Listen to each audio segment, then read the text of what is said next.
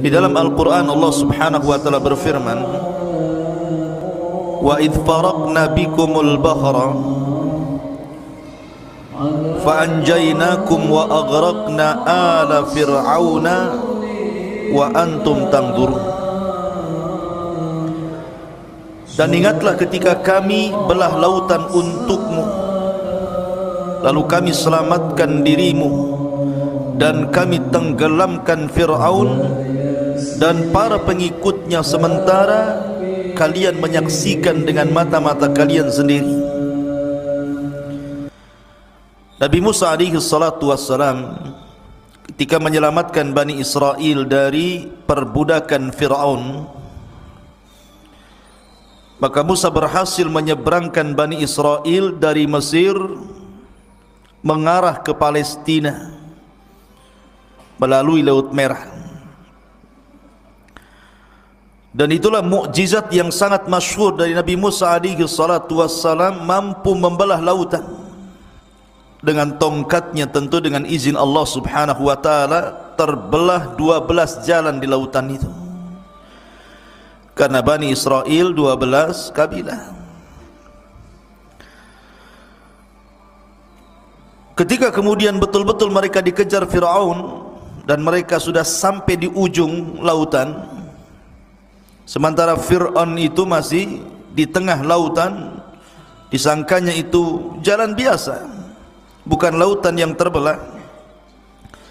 Ketika betul-betul Fir'aun dan pasukannya di tengah-tengah lautan, maka Musa alaihi salatu wassalam ketika itu berada di sampingnya malakul Jibril, malaikat Jibril, yang membentuk seperti manusia, menggunakan pakaian putih, kuda putih, serba putih. Maka kata Jibril, tunggu dulu, biar betul-betul dia sampai di tengah dan semua pasukannya juga sampai di tengah. Baru ketika betul-betul ada di tengah, kata Jibril, sekaranglah kau pukulkan tongkatmu itu. Maka Musa memukulkan tongkat, tiba-tiba lautan menyatu, maka Fir'aun pun ditenggelamkan Allah subhanahu wa ta'ala di Laut Merah ini. Dan Allah abadikan jasadnya, artinya ditemukan jasadnya. Kemudian jasadnya Fir'aun sampai hari ini menjadi pelajaran, dan kisah itu kisah beneran. Kalau anda ingin atau antum semuanya ingin melihat jasad Fir'aun, datang ke Mesir sana. Sana ada jasadnya Fir'aun. Lah, intinya bahwa Bani Israel diselamatkan, ini nikmat Allah Azza wa Jalla, diselamatkan dari kematian. Ma'asyiral muslimin yang dimuliakan Allah Azza wa Jalla, setelah itu berangkatlah Bani Israel dibawa oleh Nabi Musa alaihi salatu wassalam menuju arah Palestina. Di tengah jalan, rupanya mereka melewati sebuah perkampungan yang kampungnya itu nyembah berhala, sementara mereka sudah mentauhidkan Allah Azza wa Jalla, menyembah berhala. Tiba-tiba kemudian salah satu dari kaumnya Bani Israel ini mengatakan kepada Musa, ya Musa, ij'al lana ilahan kama lahum alihah. Wahai Musa, jadikanlah untuk kami banyak Tuhan lah, masa satu Tuhan saja? Maka Musa heran, sudah diberikan hidayah, menyaksikan ditenggelamkan Fir'aun, menyaksikan mukjizat yang banyak dari Musa, sudah mentauhidkan Allah, mau kufur.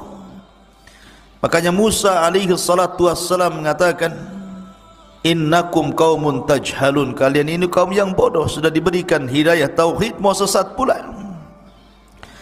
Akhirnya Musa pun marah kepada Bani Israel. Ketika Nabi Musa alaihi salatu wassalam sudah berada betul-betul di perbatasan, tinggal masuk saja ke Palestina itu, sudah sampai di padang pasir yang mendekati Palestina. Rupanya tidak bisa masuk ke Palestina. Kenapa demikian? karena memang bumi yang disucikan itu di Palestina itu sudah dikuasai orang lain, di mana tidak mungkin Musa alaihi salatu wassalam membawa Bani Israel ke dalam Ardul Muqaddasah, bumi yang disucikan Palestina itu, kecuali harus berperang melawan sebuah kaum yang disebut dengan Jababirin minal Amalikah. Kaum Jababir dari Amalikah,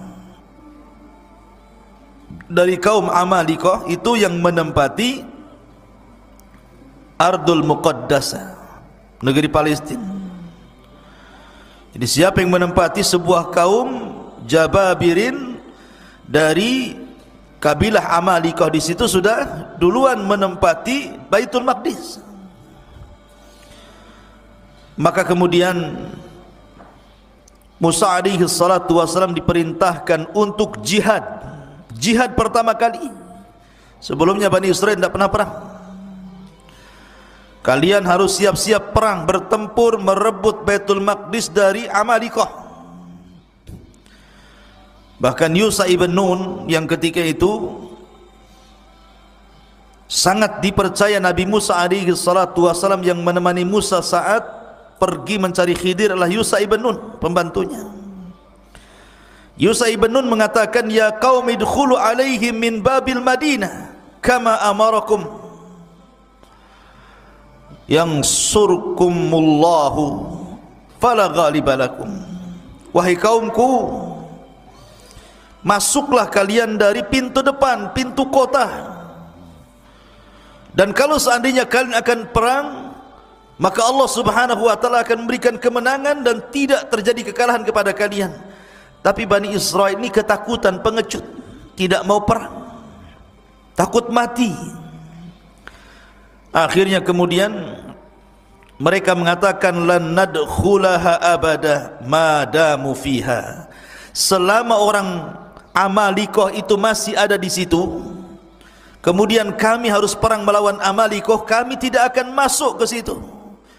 Kemudian mereka pun lancang kepada Musa dan mengatakan, idhab anta wa rabbuka faqatila inna hahuna qaidin. Hei Musa, kalau engkau ingin perang, sono berangkat sendiri, ajak Tuhanmu perang berdua, kami nonton di sini siapa yang kalah siapa yang menang. Kurang ajar tidak? Ya. Asal sama nabinya bilang begitu. Kalau kau mau perang, pergi sana sendiri katanya. Ajak Tuhanmu, perang berdua sana katanya. Kami enggak mau di sini. Karena mereka menolak, tidak mau perang, tidak mau berjihad, tidak mau mengambil Baitul Maqdis. Ini pula yang menyebabkan Allah subhanahu wa ta'ala mengazab Bani Israel. Dengan cara apa? Akhirnya mereka tidak bisa keluar dari negeri itu, tersesat di padang pasir, tersesat di sebuah negeri yang disebut Ardut Tih namanya, negeri Tih, sebuah padang pasir kering kelontang, tidak ada tanaman, tidak ada tumbuhan, tidak ada air, tidak ada apapun, padang pasir, panas luar biasa. Diazab oleh Allah subhanahu wa ta'ala, tidak bisa keluar dari situ. Pergi kemana saja ujung-ujungnya ke situ juga. Kayak orang linglung, kayak orang bingung. Lebih-lebih kemudian padang pasir itu saya katakan tadi, tidak ada tumbuhan, tidak ada tanaman, tidak ada pepohonan, tidak ada burung, tidak ada apapun. Betul-betul kering kelontang, panas terik luar biasa. Mereka tidak bisa keluar dari situ, tersiksa hidup mereka. Itulah disebut dengan Tih. Berapa puluh tahun mereka diuji oleh Allah. Fa innaha muharramatun alaihim arba'ina sanatan yatihuna fil ardi fala ta'sa 'alal qaumil fasiqin. Dan negeri Tih itu digambarkan dalam surah Al-Maidah ayat 26. Yatihun, maksudnya di negeri Tih. Allah berfirman, maka negeri itu terlarang buat mereka selama 40 tahun mereka akan mengembara kebingungan di bumi itu, maka janganlah engkau wahai Musa bersedih hati memikirkan nasib orang-orang fasik itu. Biarkan saja mereka kebingungan seperti itu. Diajak perang tak mau. Ya. Akhirnya Allah uji mereka dengan diletakkan di bumi bumi kebingungan. Ma'asyiral muslimin, ikhwan akhwat yang dimuliakan Allah Azza wa Jalla. Ketika mereka tidak bisa keluar dari situ, terpaksalah mereka tinggal di situ. Dengan panas terik yang luar biasa, dengan kelaparan karena susah cari makanan. Apa yang mau dicari makanan? Binatang buruan pun tidak ada, dedaunan yang akan dimakan pun tidak ada, apalagi buah-buahan. Namanya padang pasir kerang kelontang, apa yang mau dimakan? Masa makan pasir? Tak mungkin. Akhirnya kemudian ketika mereka lapar, mereka datang kepada Musa alaihi salatu wassalam. Ya Musa, kami lapar, kami pengen makan. Tolonglah berikan kepada kami makanan. Berdoalah kepada Rabbmu agar diturunkan makanan kepada kami. Subhanallah, Allah karim. Nabi Musa alaihi salatu wassalam walaupun melihat Bani Israel sudah kurang ajar, su'ul adab namanya kepada nabinya, tetap saja Musa itu sabar. Laqad udhiya katsiran fasabara. Musa itu sudah banyak diuji oleh kaumnya tapi sabar. Akhirnya Allah janjikan kepada Bani Israel yang tersesat di Ardut Tih itu diberikan makanan. Kalau pagi diberikan makanan man, kalau sore hari diberikan makanan salwa. Manna was salwa. Apa itu manna dan apa itu salwa? Karena Allah Subhanahu wa taala berfirman tentang manna was salwa itu. Ada yang mengatakan bahwa manna itu sejenis madu. Sejenis madu yang bisa dimakan, rasanya kayak madu, bahkan lebih manis dibandingkan madu. Dan itu untuk makanan di pagi hari. Diberikan kepada mereka al-man. Adapun makanan di sore hari mereka akan diberikan salwa.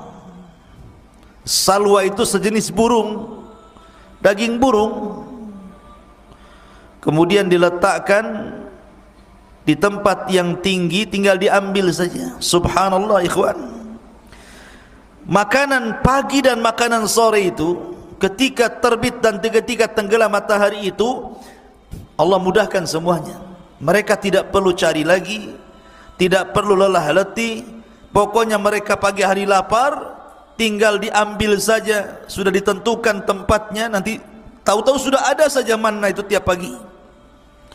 Dan juga burung-burung yang siap santap, tahu-tahu sudah ada saja di sore hari. Subhanallah, ini keajaiban. Tinggal ambil saja. Mau makan pagi sarapan, tinggal cari ambil, sudah ada man di situ. Kalau sudah sore mereka lapar, tinggal makan kemudian salwanya. Ini nikmat mana lagi, ikhwan? Makan enggak perlu nyari lagi, enggak perlu kerja, enggak perlu pontang-panting gitu ya. Enggak perlu menjadikan kepala di bawah kaki di atas. Ngapain pula kayak gitu ya? Tetapi Bani Israel ini kaum yang degil, ikhwan. Gimana enggak degil? Mereka mengatakan, wa id qultum ya Musa lan nasbiru ala ta'amin wahid fad'u lana rabbaka yukhrij lana mimma tumbitul ardu min baqliha wa qithaiha wa fumiha wa adasiha wa basaliha. Apa kata mereka?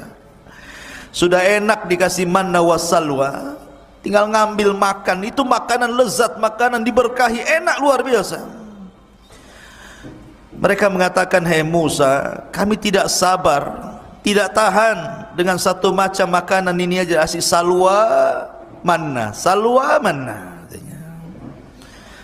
Cobalah, kata Bani Israel, mohonkanlah untuk kami kepada Tuhan wahai Musa, agar dia mengeluarkan bagi kami dari bumi ini tumbuh-tumbuhan,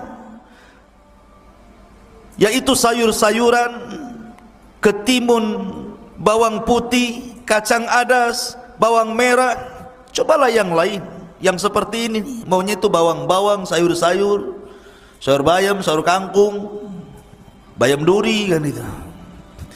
Maunya itu yang gitulah.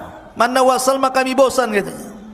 Lihat bagaimana orang-orang Bani Israel ini aneh. Allah sudah berikan makanan terbaik, mau pula makanan-makanan yang rendah-rendahan. Makanya Musa mengatakan kepada Bani Israel, qala atastabdiluna alladhi huwa adna billadhi huwa khair ihbitu Misra. Kata Musa alaihi salatu wassalam, kenapa kalian mengganti makanan baik dengan makanan yang rendah? Itu rendah itu. Bawang merah, bawang putih, sayur-sayur itu makanan rendah. Kau bisa datang kemana saja ada itu. Kenapa harus minta kepadaku? Tapi mana salwa ini tidak bisa dicari, karena itu makanan dari Allah subhanahu wa ta'ala langsung.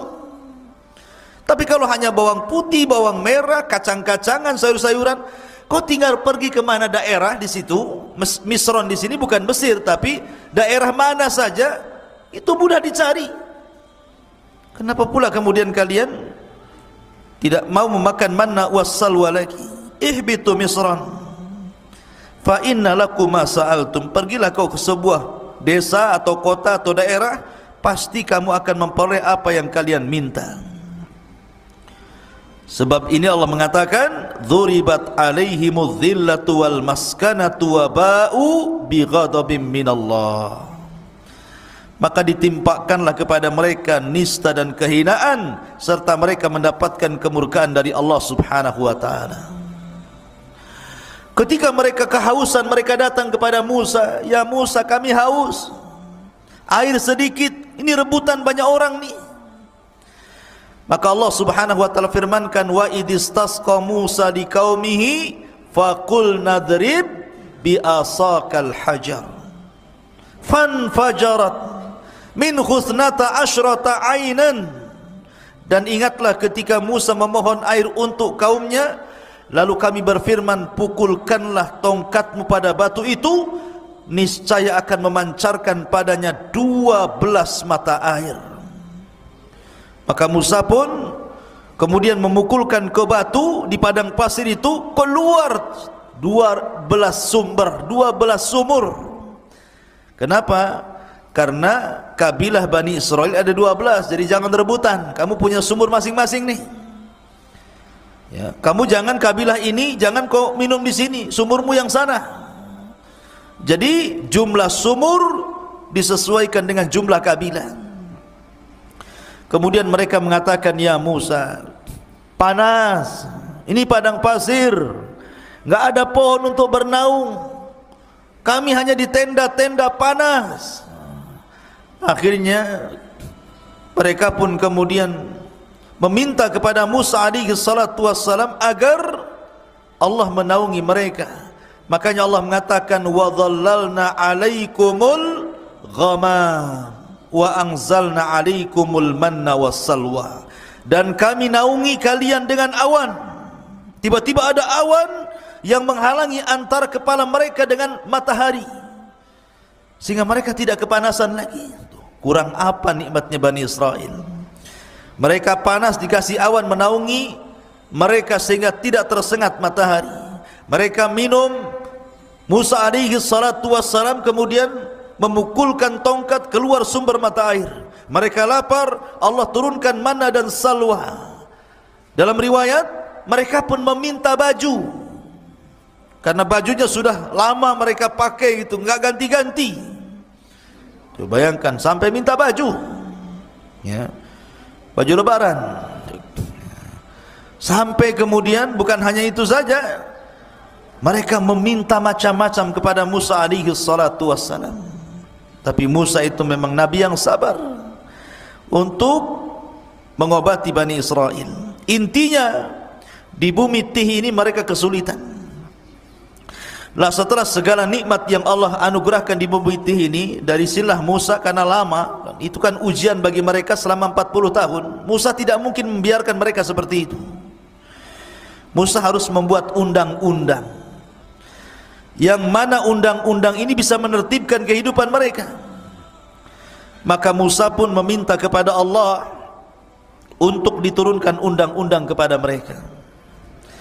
Maka Allah janji untuk menurunkan Taurat kepada Musa asal Musa berangkat ke bukit yang disucikan Allah Azza wa Jalla, Bukit Tur, Bukit Sainah.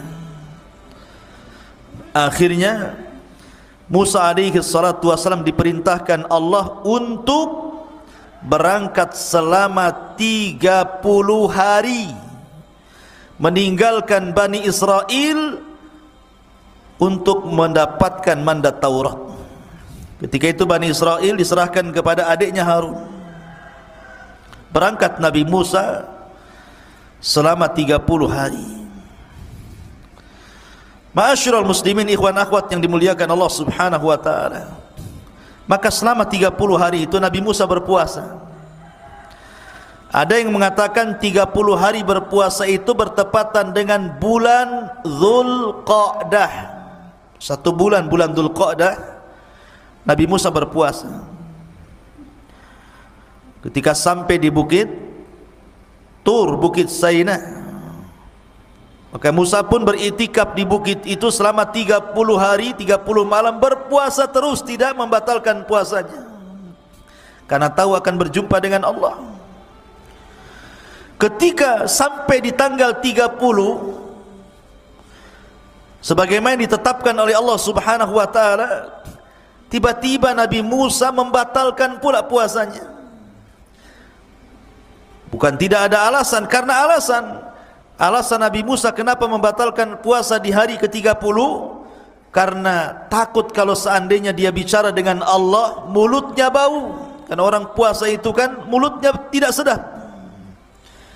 Tiba-tiba ketika dia hendak membatalkan puasanya karena sebab itu, maka Allah Subhanahu wa taala melarang dan mengatakan, wahai Musa, jangan kau batalkan puasamu, fa inna luhufa fammis saim atyab indallah min rihil miski, karena bau mulutnya orang yang berpuasa itu lebih harum di hadapan Allah dibandingkan minyak kasturi. Di hadapan Allah, jangan di hadapan kawan antum, baulah. Di hadapan Allah, ya, kalau di hadapan makhluk tergantung sahur antum. Sahur jengkol bau jengkol, sahur pete bau pete, ya. Takkan sahur jengkol bau kasturi, ya. Maksudnya di hadapan Allah lebih harum dibandingkan minyak kasturi. Akhirnya Musa pun diperintahkan Allah Azza wa Jal untuk menambah lagi 10 hari, untuk menambah 10 hari. Maka genap Musa di bukit Tur Sinai itu berapa hari? 40 malam 40 hari. 40 malam 40 hari Nabi Musa alaihi salatu wassalam berada di bukit Tur untuk mendapatkan mandat Taurat. Makanya Allah Subhanahu wa taala berfirman mengenai hal ini, tentang masalah Taurat ini, walaqad jaa Musa limiqatina wa kallamahu rabbuhu qala rabbi arini anzur ilaik. Dan ingatlah ketika kami berjanji kepada Musa untuk memberikan Taurat sesudah 40 malam. Setelah 40 malam, wa wa'adna Musa 30 lailatan, awalnya kami janjikan kepada Musa 30 malam, wa atmamnaha bi ashrin, dan kami meminta untuk menyempurnakan dengan 10 malam lagi, berarti 40 malam. Fatamma miqatu rabbih 40 laila, maka sempurnalah pertemuan antara Musa dengan Rabbnya 40 lailatan, 40 malam. Maksudnya gini, yang 30 itu bulan Dzulqa'dah,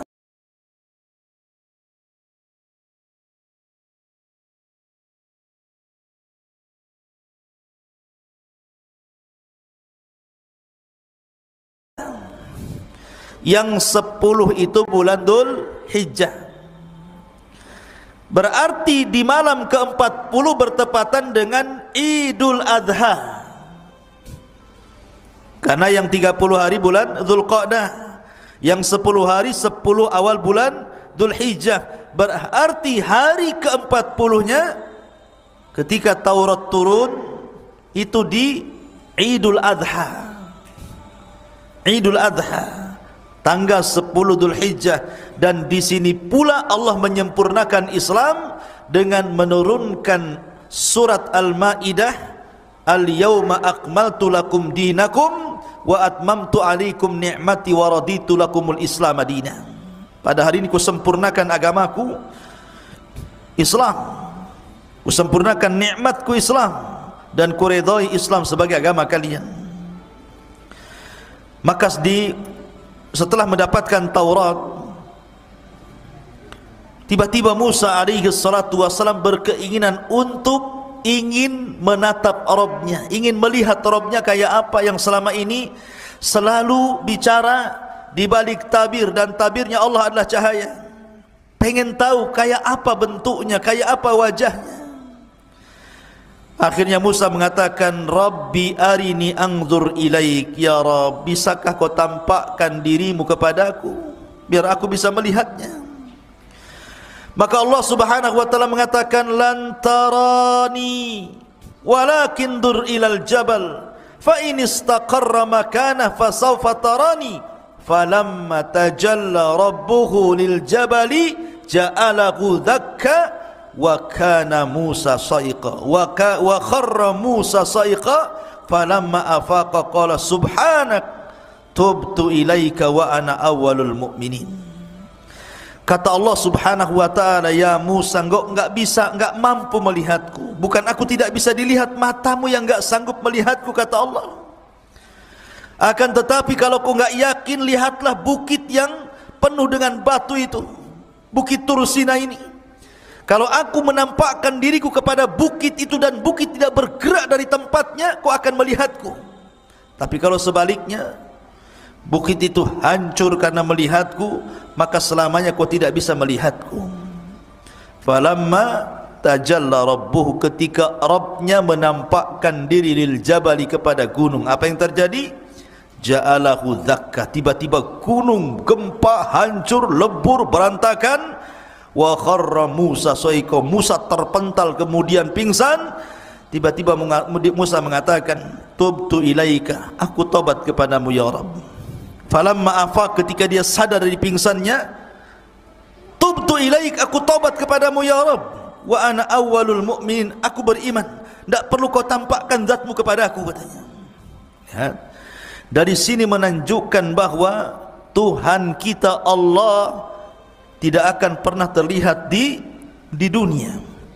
Kalau ada orang mimpi ketemu Allah, dustakan kemimpiannya. Oh, semalam saya bermimpi. Ya, ada apa? Ketemu Allah, dusta kau. Itu aja.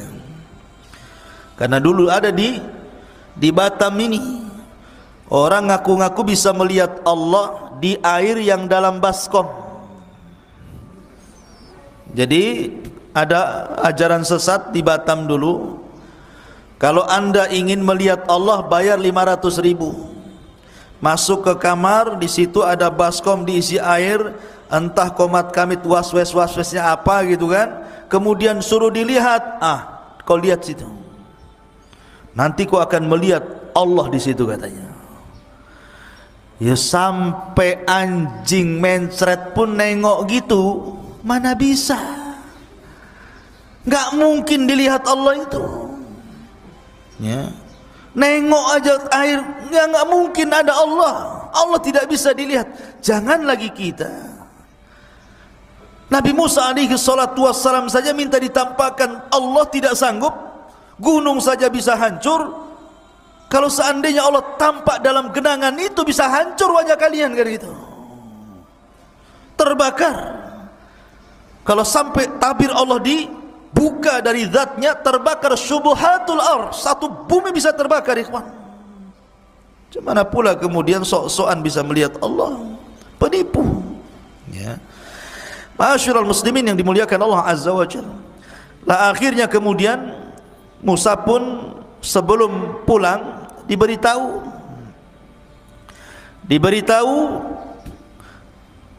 bahwa Samiri, ini kisahnya, bahwa Samiri 10 hari sudah berhasil menyesatkan Bani Israel. Allah Subhanahu wa taala mengatakan tentang kisah Samiri ini, wa ma'ajalaka an qaumika ya Musa, dan mengapa engkau datang lebih cepat dari kaummu hai Musa? Qala hum ulai ala athari wa ajiltu ilaika rabbi litarda. Dia Musa berkata, itu mereka sedang menyusulku, aku akan segera datang kepadamu Tuhanku, karena engkau ingin dan karena aku ingin mendapatkan ridhamu. Kemudian qala fa inna qad fatanna qaumaka min ba'dika wa adhallahumus Samiri. Dan Allah berfirman, sungguh kami telah menguji kaummu wahai Musa setelah engkau tinggalkan selama 40 malam, dan mereka telah tersesatkan oleh Samiri. Jadi begini, ketika Musa berangkat meninggalkan Bani Israel berapa hari tadi? 30 hari. Kemudian disempurnakan 10 hari menjadi 40 hari. Jadi dari 30 hari itu Samiri belum buat ulah tuh. Samiri buat ulah itu 10 hari ketika Nabi Musa menambah hari puasanya. Mereka sesat selama 10 hari. Bayangkan, hidayah itu milik Allah, ikhwan. Mereka mengikuti Musa bertahun-tahun, disesatkan dengan Samiri cuma 10 hari saja. Bagaimana cara menyesatkannya? Samiri ini terjadi khilaf para ulama siapa Samiri. Ada yang mengatakan Samiri ini salah satu dari Bani Israel. Ada yang mengatakan Samiri itu artinya dia bukan dari Bani Israel, dia kaum Kibti, kaumnya Fir'aun, tapi mengikuti ajaran Musa. Pura-pura munafik, mengikuti ajaran Musa, kemudian ikut di belakang Nabi Musa. Lah ketika Musa menyeberangi lautan, ini Bani Israel ini, mereka berat membawa emas-emas orang-orangnya Fir'aun. Jadi ada sebagian emas-emas itu diambil dari tetangga-tetangga mereka waktu di Mesir. Ada yang pinjam uang mereka kan berupa dinar, emas gitu ya. Ada yang kemudian pinjam, ada yang kemudian bekerja dapat gaji duluan, kerjanya belum selesai. Pokoknya banyak, intinya bahwa itu emas-emas itu tidak boleh dibawa karena bukan hak mereka. Maka mereka bertanya kepada Nabi Musa, bagaimana dengan emas-emas kami wahai Musa? Apakah ini halal untuk kami? Kata Musa, tidak halal. Emas-emas itu harus kalian buang di lautan ini. Jadi ketika mereka berjalan di lautan itu yang sudah jadi jalan, dibuanglah emas-emas itu sampai ke pinggir sana. Lah Samiri melihat ada buang emas banyak-banyak. Oh, ini emas banyak, kenapa pula dibuang-buang katanya. Diambilnya, dikutipnya satu-satu, akhirnya dapatlah 1 karung emas-emas yang dilempar-lempar itu. Kemudian setelah itu Samiri melihat ada orang berbaju putih, berkuda putih di samping Musa, dan seolah-olah dia pula yang memberikan instruksi. Kata orang putih begini, maka Musa akan begini. Kata orang putih begitu, maka Musa akan begitu. Samiri kaget, kenapa Musa diperintahkan orang itu? Nah, dari sini Samiri curiga, karena memang itu jelmaan malaikat, utusan Allah Azza wa Jalla. Diperhatikan terus orang ini. Kemudian diperhatikan kudanya, dan apabila kuda itu melangkah, bekas langkahnya itu, bekas pijakannya itu, tanahnya diambil sama dia. Diambil kemudian ditaruh di kresek di bawah. Jadi ketika Nabi Musa alaihi salatu wasallam berangkat meninggalkan Bani Israel, kemudian digantikan oleh Nabi Allah Harun alaihi salatu wasallam, maka mulailah berulah Samiri selama 10 hari ini. Emas yang tadi dikutip itu oleh Samiri kemudian dibakar, kemudian dicetak, kemudian jadilah anak sapi, patung anak sapi yang membentuk Samiri. Kenapa anak sapi? Karena orang-orang Mesir itu menjadikan sapi itu Tuhan. Makanya orang-orang India sampai hari ini ada orang yang nyembah sapi itu. Jadi daerah-daerah tertentu di India itu, kalau ada sapi kemudian masuk ke pasar, makan kangkung, makan bayam, jangan diusir, itu Tuhan lagi makan. Ya, macam-macam. Di India itu banyak, ya, sesembahan salah satunya sapi disembah. Ada juga yang nyembah ular sendok di sana itu. Ya. Jadi akhirnya kemudian dibentuklah patung anak sapi itu.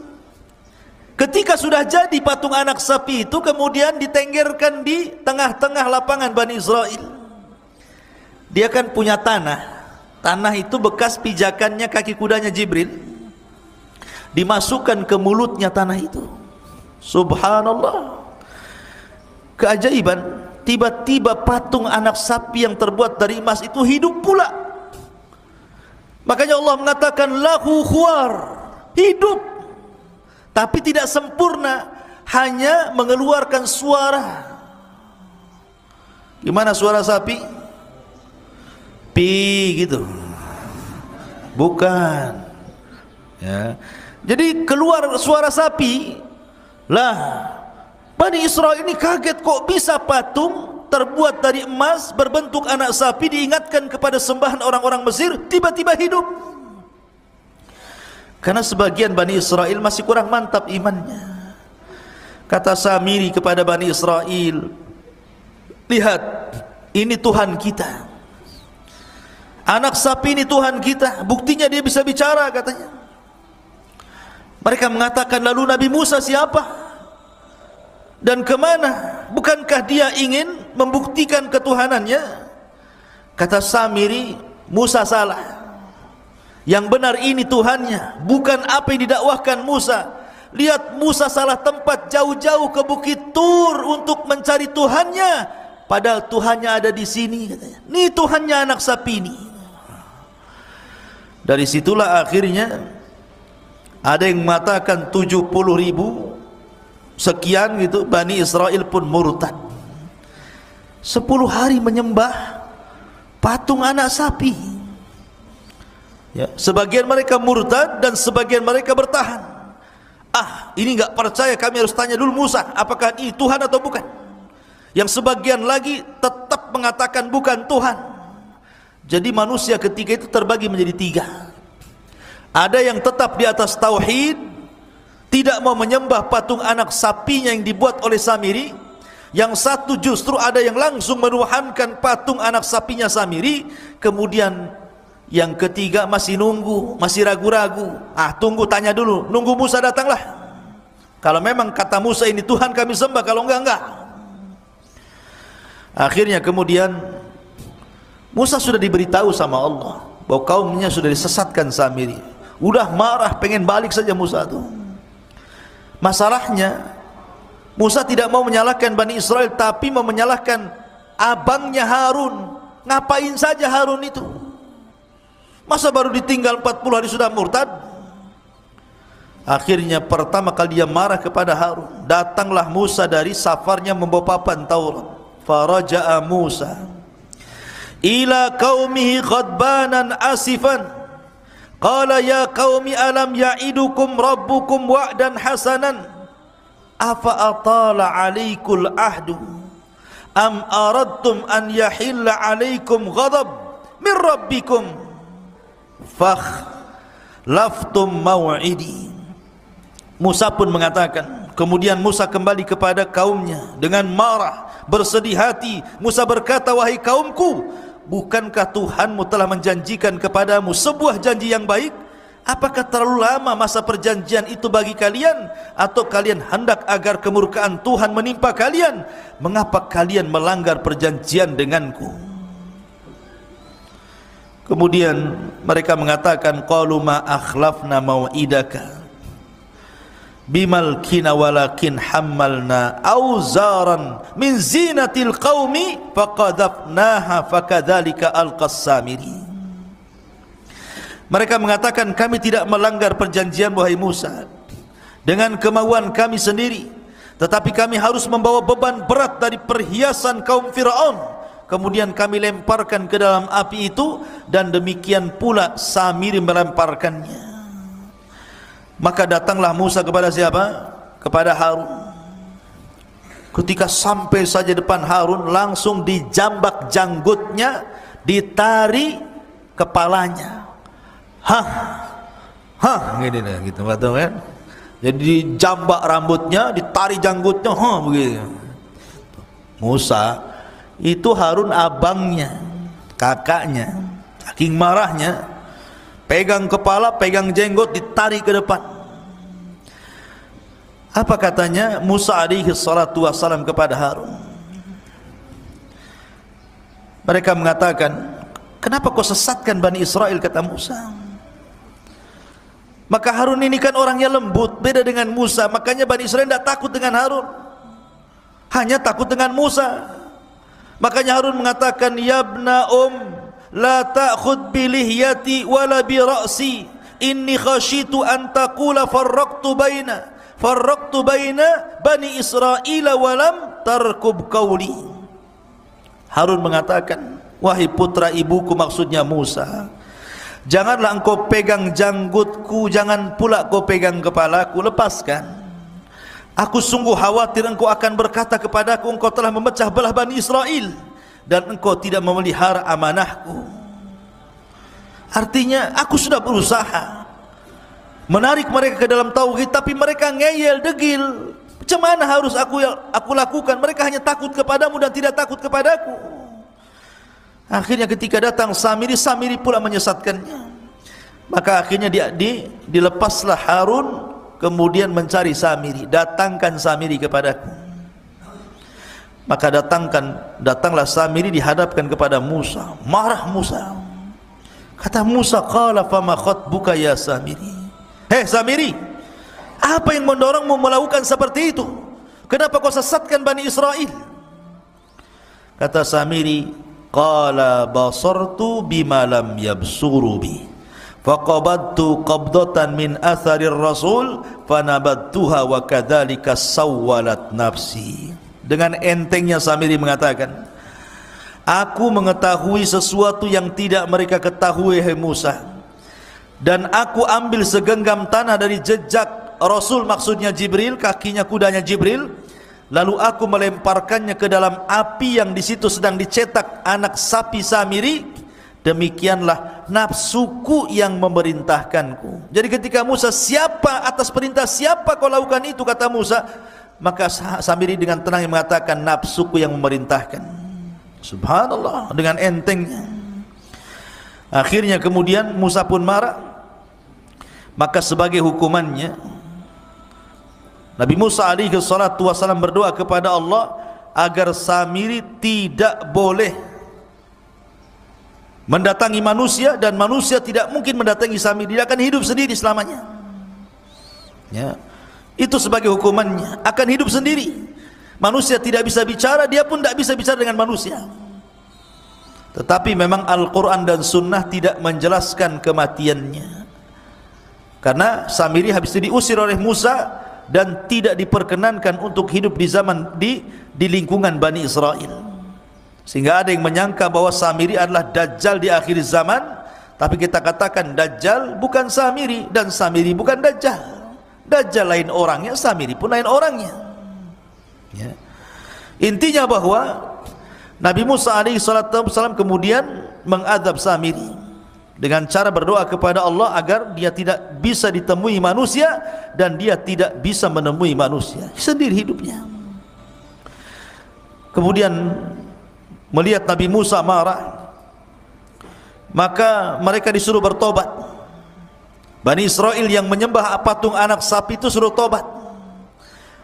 Tiba-tiba kemudian diilhamkan kepada mereka untuk mengucapkan, la illam yarhamna rabbuna wa yaghfir lana lanakunanna minal khasirin.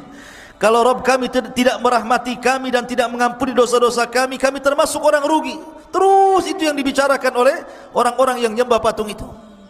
Masalahnya, Musa mengatakan, aku datang sudah bawa papan Taurat ini, dan isi papan ini kalau sampai ada orang musyrik seperti kalian, hukumannya adalah saling bunuh-bunuhan. Kalian harus pulang, ambil bawa pisau dapur, tusuk-tusuk kalian, saling tusuk di antara kalian, saling bunuh di antara kalian, itu tobatnya. Karena Allah mengatakan wa idz qala Musa liqaumihi, wa idz qala Musa liqaumihi, dan ketika Musa berkata kepada kaumnya, ya qaumi innakum zalamtum anfusakum bittikhadikumul ijla fatubu ila bari'ikum faqtulu anfusakum dzalikum khairul lakum inda bari'ikum fataba alaikum ila akhiril ayat. Wahai kaumku, karena kalian sudah menzalimi diri kalian menyembah patung anak sapi, tobat kalian. Tapi tobatnya faktulu anfusakum, bunuh diri-diri di kalian. Mak, tobatnya ngeri. Kalau antum di dalam Islam, kalau orang datang ke dukun kemudian menyesal, tinggal balik syahadat, balik ke Islam. Ini tidak. Kalau orang sudah melakukan kesyirikan, maka cara tobatnya harus saling membunuh. Anda bawa pisau dapur, saya bawa gergaji, bawa peranglah sampai mati, sampai dua-duanya mati. Dan itu lebih baik. Sebab kalau mereka menolak untuk saling membunuh, mereka pun akan mati juga. Karena ketika mereka menolak untuk saling membunuh, maka mereka teringat dengan Nabi Musa. Musa pernah mengangkat bukit Tur, kemudian diletakkan di atas kepalanya. Tobat atau dilempar bukit ini, katanya. Kalau tidak tobat, mati juga kena gunung. Kalau tobat, mati juga, sama-sama mati. Masalahnya kalau tobat mati, mati syahid. Tapi kalau mati kena lempar gunung, mati sangit namanya. Enggak syahid kan gitu, karena kena azab ya. Akhirnya mereka perang, saling bunuh-bunuhan, dan itu lebih baik bagi mereka. Matilah hampir 7.000 Bani Israel gara-gara menyembah patung anak Samiri ini. Lihat jahatnya Samiri, munafik, menyesatkan. Akhirnya kemudian Nabi Musa pun setelah kasus Samiri ini tetap masih tidak bisa keluar dari Ardut Tih itu, maka Allah Subhanahu wa taala takdirkan Musa pun meninggal. Tapi sebelumnya Harun meninggal, baru kemudian Musa. Bagaimana Harun meninggal? Dikatakan oleh ahli tafsir, jadi suatu ketika Nabi Musa dan Harun ini naik ke atas bukit, meninggalkan Bani Israel karena lelah gitu kan, ingin santai berdua saja, naik ke atas bukit. Tiba-tiba di atas bukit itu melihat ada pohon di situ. Kemudian tiba-tiba Harun alaihi salatu wassalam mengatakan, ya Musa inni uhibbu an anama ala hadas sarir. Dan di bawah pohon itu kayak ada tikar, sudah ada tikar, ada pohon, ada tikar. Kata Harun, ya Musa, kayaknya saya ingin tidur di sini. Kata Nabi Musa, nam alaih, silahkan tidur.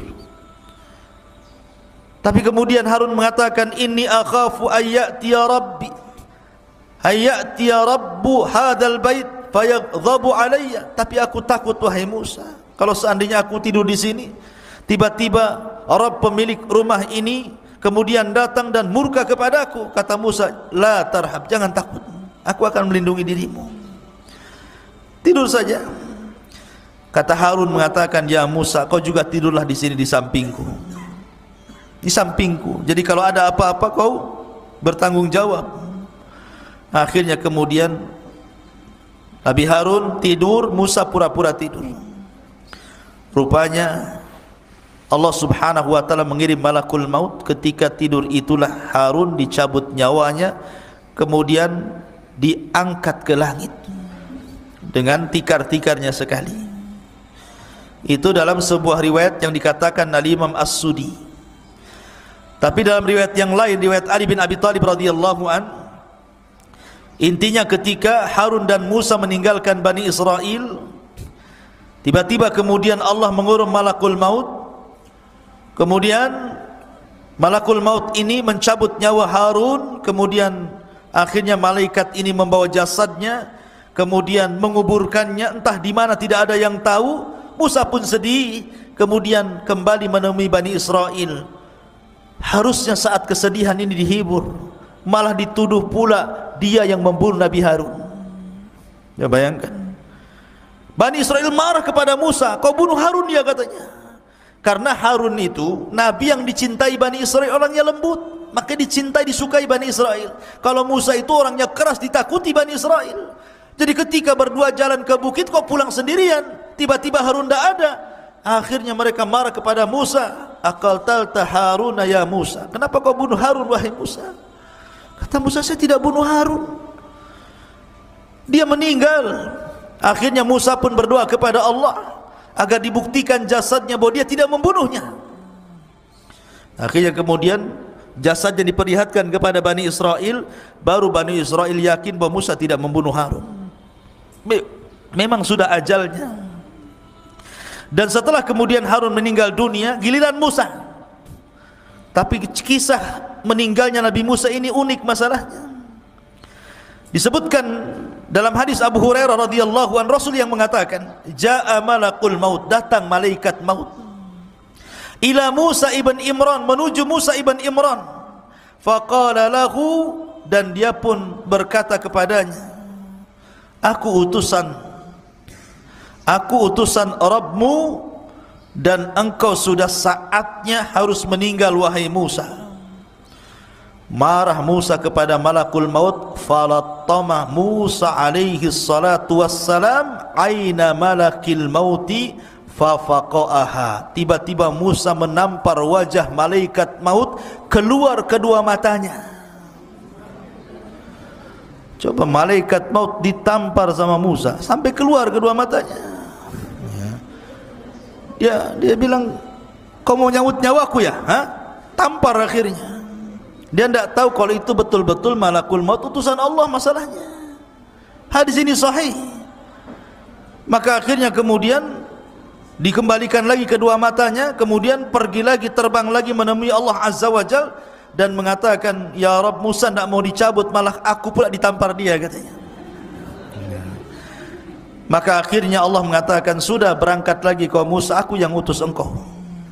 Katakan kepada Musa, saatnya dia meninggal, usia dia sudah selesai.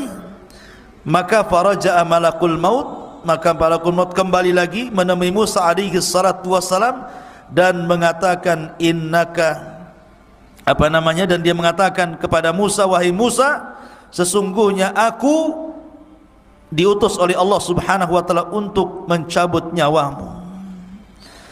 Akhirnya kemudian Musa pun karena ini tahu perintah Allah Subhanahu wa taala, maka dicabutlah nyawa Musa alaihi salatu wassalam, sementara Musa berada di negeri linglung, negeri Tih, tidak bisa keluar dari situ.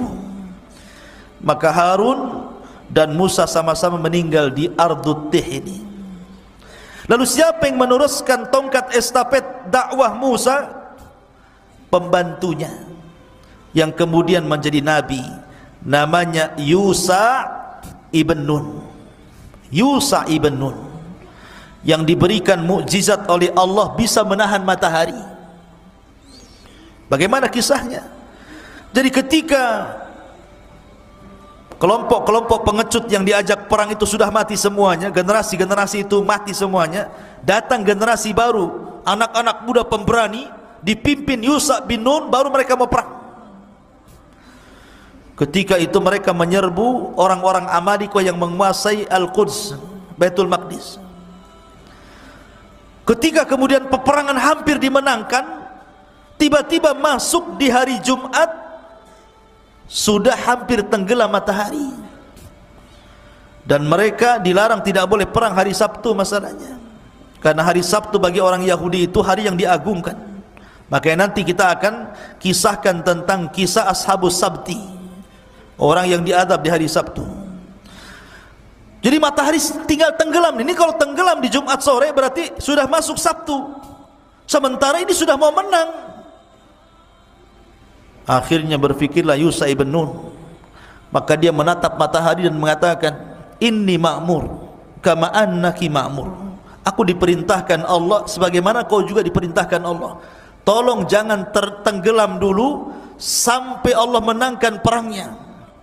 Maka matahari di situ saja tidak bisa tenggelam, sampai perang betul-betul menang baru kemudian tenggelam. Maka ini mukjizatnya Yusa ibn Nun, bisa menahan matahari. Kalau antum jangan pergi matahari, ya tetap saja matahari pergi. Atau antum yang pergi ke matahari, kemana? Ke Nagoya sana, ada matahari. Ya. Tapi bukan matahari di atas. Ya. Jadi Yusha ibn Nun yang kemudian berhasil menguasai Baitul Maqdis dan Bani Israel bisa masuk. Ya.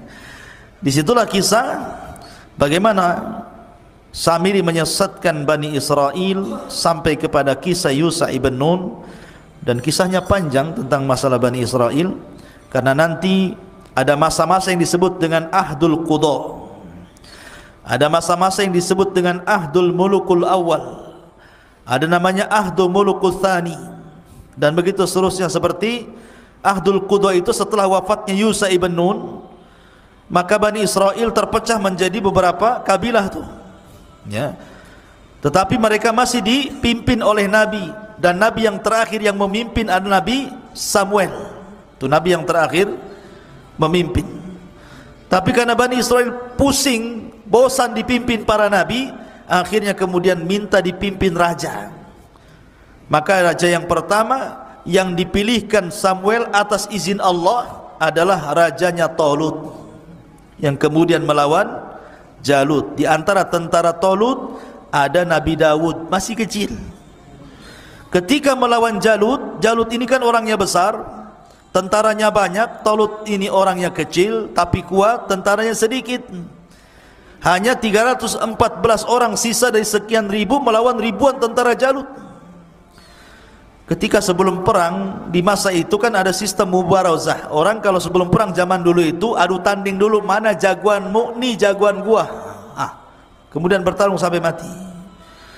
Akhirnya Jalut sendiri yang maju dan mengatakan, siapa yang bisa mengalahkan saya? Tentara Talut tidak ada yang berani. Siapa yang berani sama Jalut?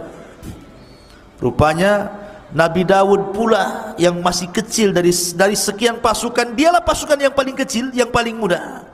Berani pula Daud ini. Daud ini orang miskin, kerjanya mengembala kambing, biasa ngelempar anjing dengan batu. Jadi kalau dia lempar anjing dengan batu itu sampai mati anjing itu dilempar batu, dan selalu tidak meleset. Ya. Nah, kalau ada anjing lempar antum sini. Jadi ketika kemudian dia maju melawan Jalut, ini batu sudah ada beberapa di tangannya nih. Ketika betul-betul berhadapan, tidak bergulat Daud, dilempar aja batu kepalanya, pecah kepalanya, mati itu Jalut tuh. Ketika mati Jalut, dilempar batu kerikil sama Nabi Daud, maka pasukan Talut merasa bangga akhirnya karena pimpinannya sudah mati. Tunggang langgang, menanglah pasukan Talut. Dinikahkanlah Daud dengan putrinya. Ketika Talut meninggal, maka dialah yang jadi raja. Kemudian Daud meninggal dunia, kemudian diwariskan kepada Sulaiman. Dia pula yang jadi raja. Lah, inilah raja dan raja plus nabi. Itu cuma dua di Bani Israel, Nabi Daud dan juga Sulaiman. Dia raja plus nabi. Sulaiman juga raja plus nabi. Tapi setelah Sulaiman sudah kacau, sudah lain lagi. Banyak perselisihan Bani Israel yang akhirnya kemudian dihinakan Allah sampai dijajah oleh bangsa-bangsa. Terakhir mereka kemudian dibantai oleh tentara Bukhtun Nasr